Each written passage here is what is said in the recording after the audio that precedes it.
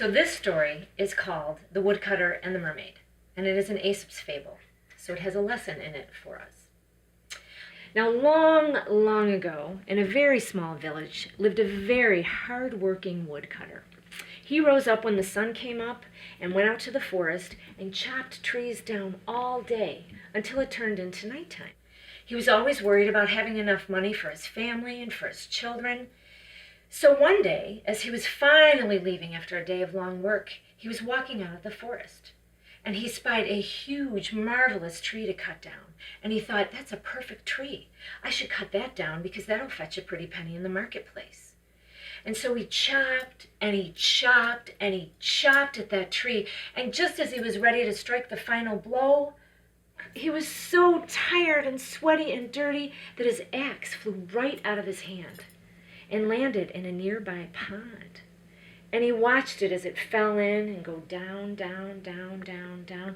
And he thought, how am I possibly going to make a living now that I have lost my axe? But as he stood there, he noticed the water starting to stir. And it stirred and it stirred. And as he stood there in the setting sun, out of the water came a mermaid. And she looked at the woodcutter and she said, I could hear you standing by this water, being so upset, crying, whatever is the matter? And the woodcutter said, oh, mermaid, I was chopping this big tree down and my axe slipped from my hand and I watched it tumble over in the air and fall down, down, deep down into the bottom of the pond. And the mermaid looked at the woodcutter and she said, wait here, just 1 minute. And so she dove down and down and down with a flip of her tail out of the water. And the woodcutter stood and waited. He took deep breaths, trying to calm down. And she came up again with a shining, golden, beautiful axe. And it was so bright that it kind of blinded the woodcutter in the setting sun. And she looked at the woodcutter and she said, is this your axe? And the woodcutter shook his head and he said, no, I'm sorry, that's not my axe. And the mermaid said, all right, stay here. And so she dove down again with a flip of her tail in the water. And the woodcutter waited a little bit more, maybe walked along the side of the pond a little bit. And soon she came up again. And this time she was holding a beautiful, shiny silver axe that also caught the evening sun and made the woodcutter squint his eyes a little bit. And she said, woodcutter, is this your axe? And the woodcutter said, no, it's not my axe. My axe is old and the handle's wood that's all nicked and scraped. And the blade actually is kind of dull and it's not very shiny at all. And so the mermaid nodded her head one more time and said, wait here.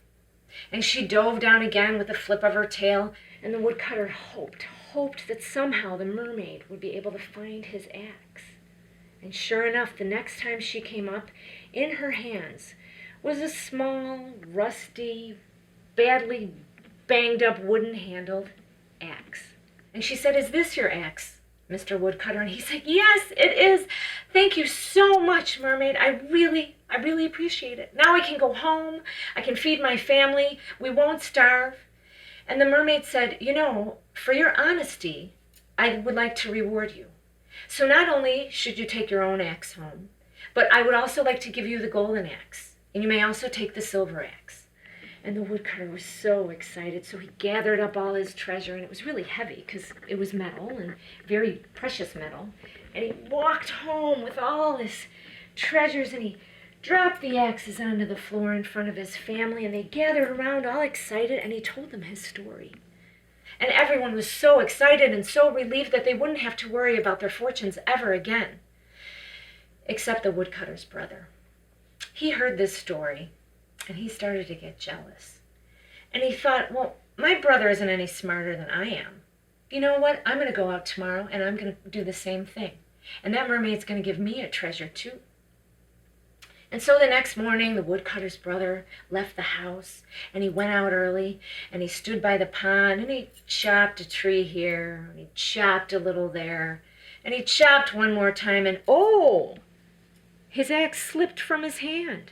And with great wailing and great noise, he said, oh no, what will I do? My axe has fallen into the pond. and he moved closer to the edge of the pond, kind of looking out for the mermaid. "What will I possibly do? How will I make a living?" And sure enough, the mermaid appeared out of the water. And when she came up, she looked at the woodcutter's brother and she said, "Whatever is the matter, dear sir?" And he said, "Well, I was chopping and my axe fell into the pond and I don't know what I'm going to do now or how I will make a living." So the mermaid nodded her head and dove back down with a flip of her tail. And she came up again with a beautiful, shiny, golden axe. And this time it had a few little jewels on it. It was beautiful, sparkling. The woodcutter's brother got so excited. And the woodcutter's brother greedily reached out for the golden axe and said, "Yes, as a matter of fact it is. It just flew out of my hands." But the mermaid was smarter than that. And the mermaid started to swim backwards with the beautiful axe in her hand. And she said, "I know you are not telling me the truth. I know this is not your axe because I saw your axe fall into the water and go deep, deep, deep, deep down into the pond. And for your dishonesty, that is where that axe will stay. And for your dishonesty, you will not be able to have this beautiful golden jeweled axe either. Because you need to learn a lesson, and that is how it will be." And she dove back under the water with a flip of her tail, and she never came up again. So the woodcutter's brother had to go home and tell everybody what had happened and the fact that he had lost his axe. And he spent the rest of his days wandering and telling people this story, realizing that in the end was that honesty is the best policy, just like the woodcutter had done with the mermaid the first time around. The end.